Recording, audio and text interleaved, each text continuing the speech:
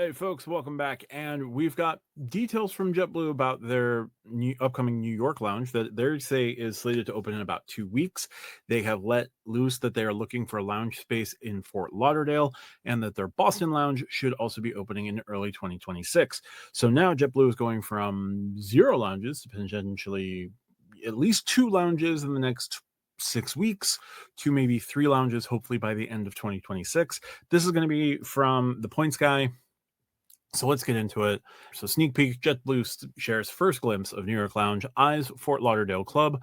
JetBlue's first ever airport lounge is expected to open by the end of the month in New York City. And for the first time, we're getting a sneak peek. The airline on Wednesday shared a couple mock-ups of its inaugural club at JFK International Airport.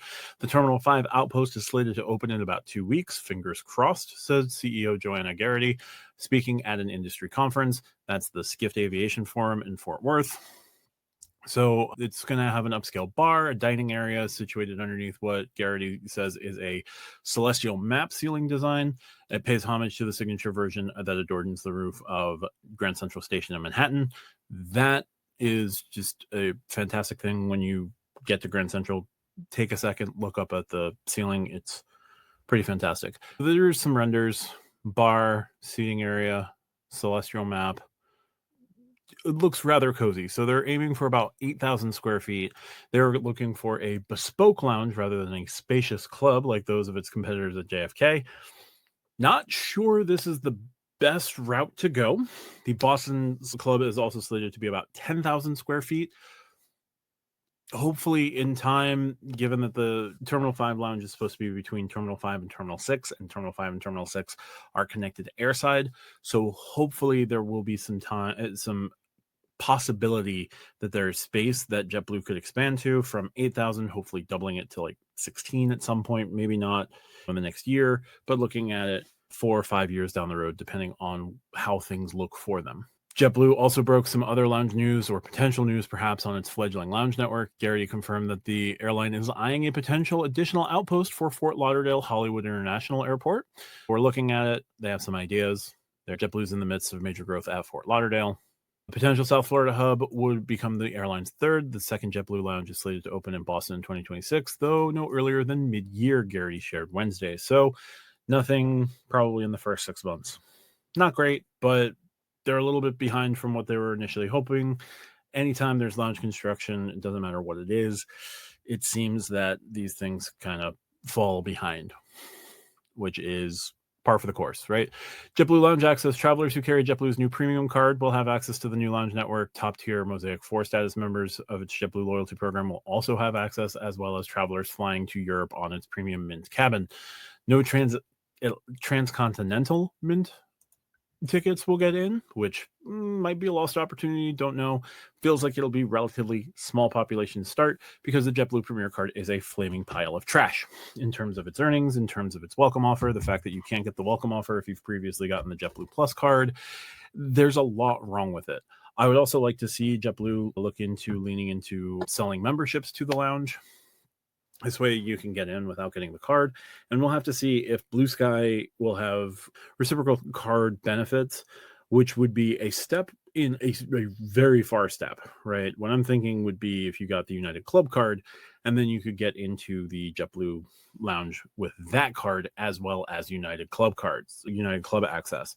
How likely is that? Probably not very, but they're going to need bodies, right? I don't know how many folks are doing transatlantic Mint, what size of that population there is. They're going to see how things go. It's probably going to fill up for the first couple of months, and we'll see what happens at the 6-month mark, at the 12-month mark.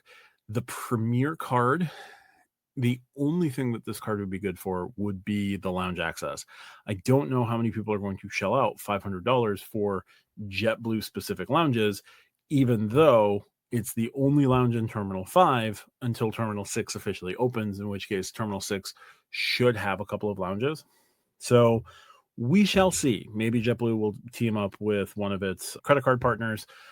I don't think American Express, but maybe this would be a good play for Chase to extend something pay in and get access for Sapphire Reserve holders into that lounge. 8,000 square feet isn't particularly large. It is larger than the new Las Vegas Sapphire Lounge for sure, but it is not the size of the Capital One Lounge at Terminal 4. It's not the size of the Delta Sky Club at Terminal 4, and they're well aware of that. So I think getting off the ground with an 8,000 square foot lounge isn't a bad idea. Going for bespoke isn't necessarily a bad idea. And yes, the limits seem reasonable, except again, I don't think the JetBlue Premier card I don't know how many people have this card who fly through New York and are going to go out of their way to go to this one lounge. If the lounge is empty in the first 6 months, they're going to have to make some changes. Mosaic 4, I'm sure there's plenty of Mosaic 4 folks flying out of JFK. What they would probably want to do with the Fort Lauderdale lounge, when the Fort Lauderdale lounge is a thing, is have a much larger lounge and be able to kind of provide that space. But we'll have to see. 8,000 square feet, interesting. They're hoping to open by the end of the year. Good luck with that. I'm very curious to see how they approach this with a very weak Premier card. I guess it'll sell some cards at the beginning. There will be that initial push. I do think right now, without that card being useful or overhauled, we'll have to see, because I don't believe that there's a huge amount of adoption on that card. I would have to double check their earnings calls and see if they got significant growth on that. It's the exact same as the Plus card. It gets you Group A boarding like the business card. It doesn't give you a welcome offer if you've had the Plus card. If you've gotten the Plus card welcome offer, it's not a lucrative welcome offer compared to the Plus card.